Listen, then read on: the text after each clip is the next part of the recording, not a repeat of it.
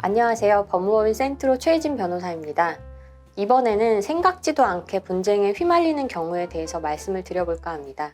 누구나 한 번쯤 주위 사람에게 급해서 그러니 돈 좀 빌려달라는 말을 들어보셨을 겁니다. 돈을 빌려달라는 사람이 수십 년간 알고 지낸 사람이거나 의리 하나로 뭉친 친구라면 그 부탁을 거절하기는 더욱더 어려운데요. 의외로 이렇게 친한 사이인데도 돈을 빌려주었다가 되돌려받지 못해서 돈을 빌린 사람을 사기죄로 고소하거나 혹은 반환 소송을 제기하는 경우가 많습니다.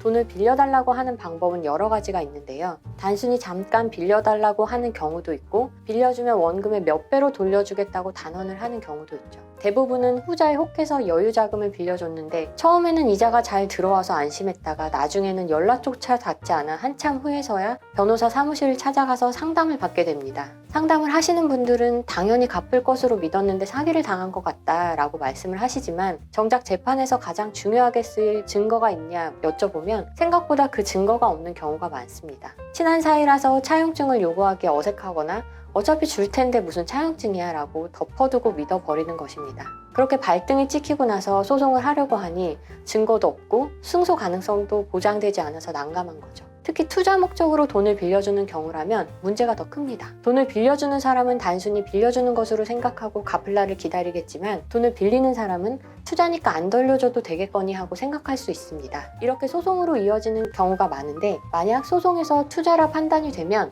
법원에서는 빌려준 사람이 회수가 불가능할 수도 있음을 알았을 것이라고 판단하기 때문에 돈을 못 받게 됩니다. 이렇게 돈 문제로 소송까지 하게 되는 경우는 돈을 빌려준 목적이 투자인지 단순 대출인지 확실하지 않기 때문에 결국엔 증거 싸움이 되는 것입니다. 그러니 앞으로 누군가에게 돈을 빌려줘야 할 경우 반드시 증거를 남겨두는 것이 좋습니다. 가장 확실한 증거는 물론 문서로서 명확하게 금액, 이자, 갚을 날짜 등이 기재된 차용증을 작성하는 것인데, 차용증을 작성하기 어렵다면 위 내용에 대해서 녹음을 해두는 것도 좋습니다. 만약 증거를 확보해두지 않는다면 나중에 사기로 고소를 하더라도 만약 빌린 사람이 정말 갚으려고 했다면 형사상 사기죄조차 성립하기 어렵고 민사로도 증거가 없어 승소가 상당히 어렵기 때문입니다. 녹음조차 여의치 않다면 카톡이나 문자로라도 남겨두셔야 합니다. 간단한 메모라도 서로의 의사를 명확히 확인할 수 있으면 좋기 때문입니다. 우정을 지키려다가 서로 다시는 안 볼 사이가 될 수 있는 거래는 하지 않는 것이 가장 좋겠지만,